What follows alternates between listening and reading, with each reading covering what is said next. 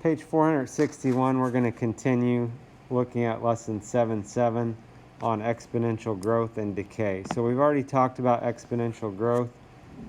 Today we're going to talk about compound interest, which is kind of a modification of our exponential growth. And then we're going to talk about exponential decay. So bottom of page 461 talks about compound interest.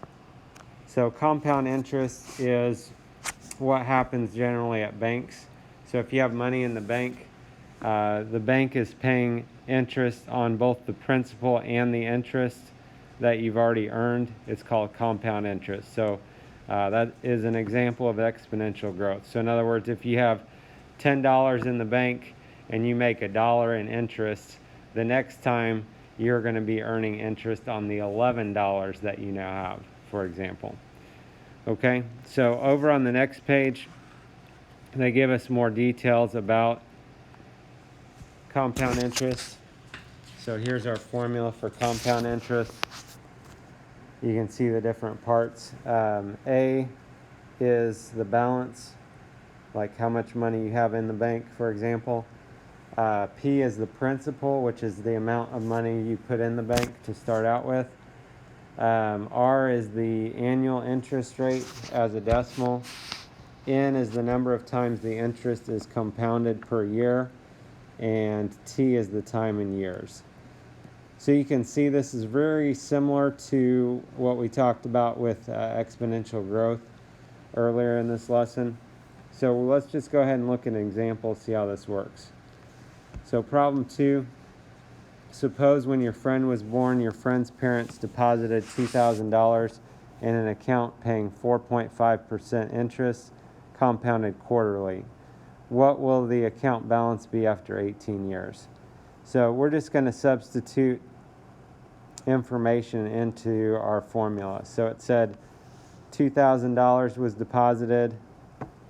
It says 4.5% interest, so move your decimal over 2 spots to the left. Would be 0.045. It's compounded quarterly. Quarterly means 4 times a year, just like there's 4 quarters in a dollar. So they put a 4 in place of the ends. There's actually 2 ends in the formula. And then it says after 18 years. So they put an 18 in place of the time. At that point, we're just simplifying things. So inside the parentheses, if you divide those numbers and then add a 1, that's how they got the 1.01125. For the exponent, they did 4 times 18, which is 72. And then at that point, you can just put that in your calculator and work it out. And you can see they would have about $4,475.53 after 18 years. So their money more than doubled in that amount of time. So similar to that, the got it to just says if we have the same thing, but instead if it's compounded monthly. So compounded monthly instead of compounded quarterly, basically the only thing that's going to change is instead of 4 times a year, it's going to be 12 times a year. So if we just modify, we'll just change those to 12s. And we're not going to spend a whole lot of time on this. We'll try and look at a problem that's a little different than this. But just if you're curious, if you work that out monthly, so 12 times a year, it ends up working out to be $4,489.01. So it's really not a significant difference there, quarterly or monthly, but it is a difference of $13.52 or something like that. So it is a little bit more money the more often they compound the money. A lot of times the banks, what actually happens is the interest is compounded continuously, they say. And so that actually earns you a little bit more money even. I say earns you more money. On the flip side of that, if you're borrowing money from the bank, that means you're going to owe them more money. So it goes both ways. There's a different formula for continuous compound of interest. and we're not going to get into that at this point. Last thing we're going to look at in this section is exponential decay. Like the book mentions here, the value of b tells us whether it's exponential growth or decay. So with the growth we talked about earlier, our b value is greater than 1. With exponential decay, the b value is going to be between 0 and 1. Okay, it's in between 0 and 1, and you'll see as we go along why that's the case. So in this case, our base b is called the decay factor. Before it was called the growth factor, now it's the decay factor. And it's 1 minus the percent rate of change expressed as a decimal. Okay, so for example, if we have the whole thing, we got 100%. Let's say our decay factor was 10%. So if it had a 10% loss of something, we're at 90%, means our base 90% as a decimal would be 0.9 or 0.90. Okay, so since we're subtracting from 100%, that's why our base is going to be less than 1. Whereas with the growth, it was greater than 1 because we were adding to that. You can see we do have our initial amount again, like we did with the growth factor.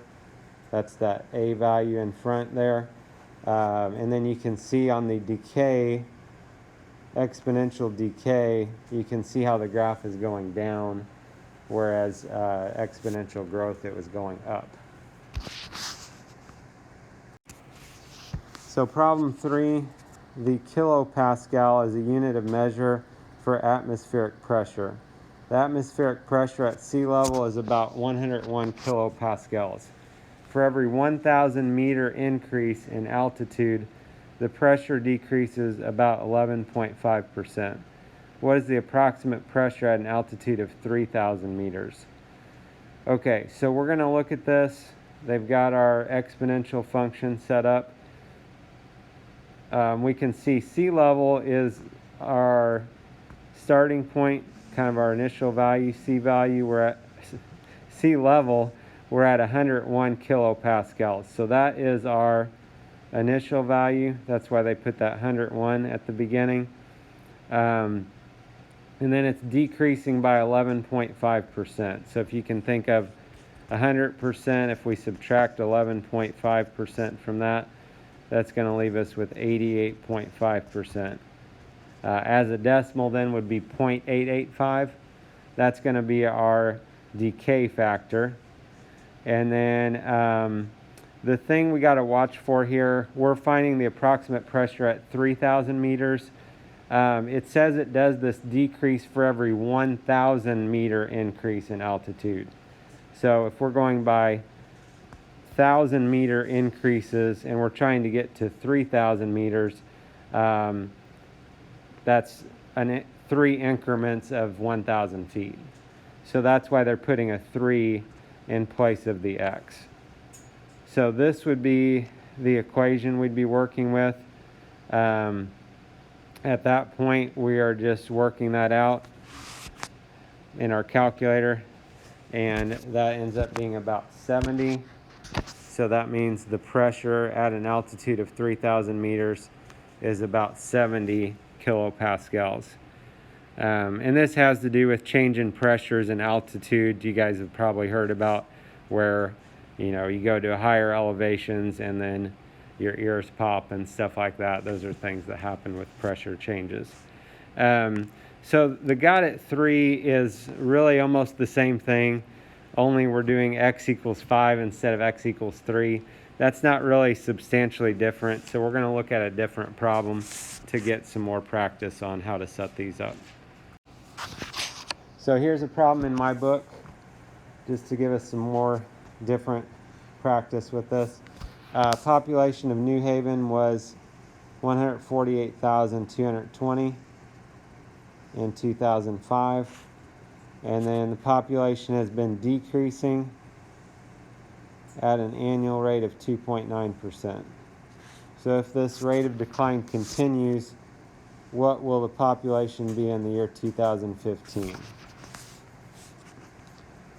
Okay, so somewhere if you want to write your exponential formula down, we should always know the initial value with these problems. So our initial value, that's our starting population, is 148,220. Now we need to find our decay value, or decay factor rather. So if we're starting with 100%, we're going down by 2.9%. That would be 97.1%. So as a decimal would be 0.971.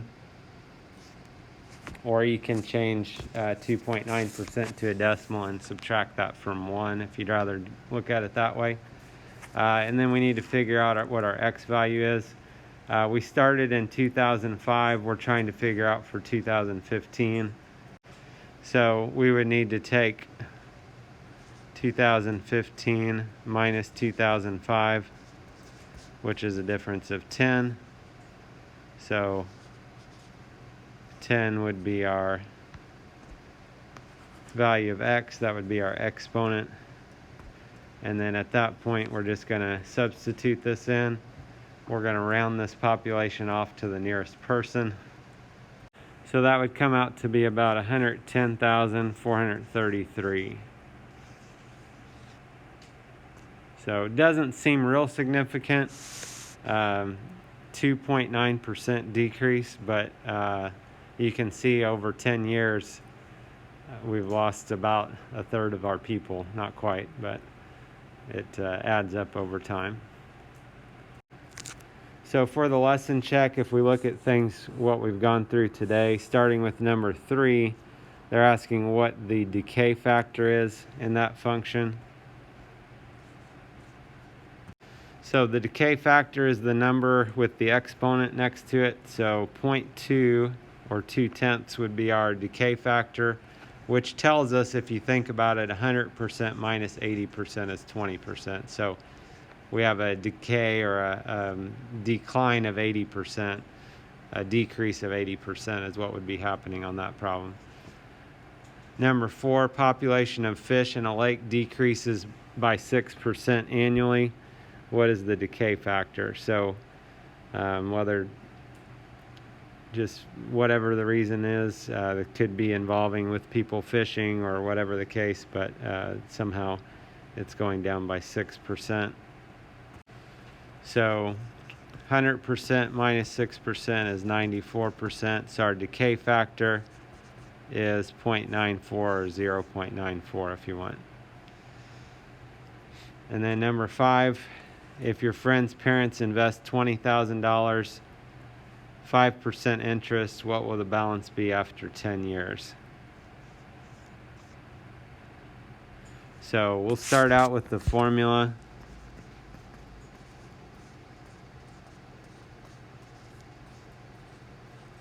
I would suggest on those problems just start with the formula and then substitute in. So our principal is $20,000. The 1 automatically just comes down. So our value is the 5% as a decimal, so 0.05 or 5/100. Since this is compounded annually, that's just once a year, so our end value is 1. So the 1 really isn't going to change anything. 1 also would go as part of our exponent. So value of t would be 10. And then we can simplify this a little first if you want. 0.05 divided by 1 would just be 0.05. 1 times 10 is 10.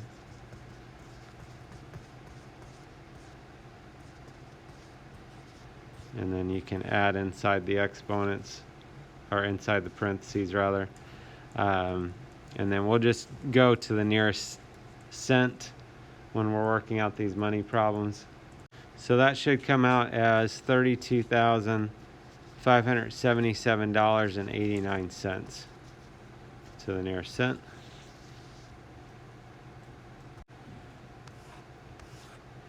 So if we look over here, number 6, how can you tell if an exponential function models growth or decay? So by looking at the function, looking at the equation, we could tell by the growth factor or decay factor. So the growth factor, the number next to the exponent, if it's growth, that number is going to be more than 1, greater than 1.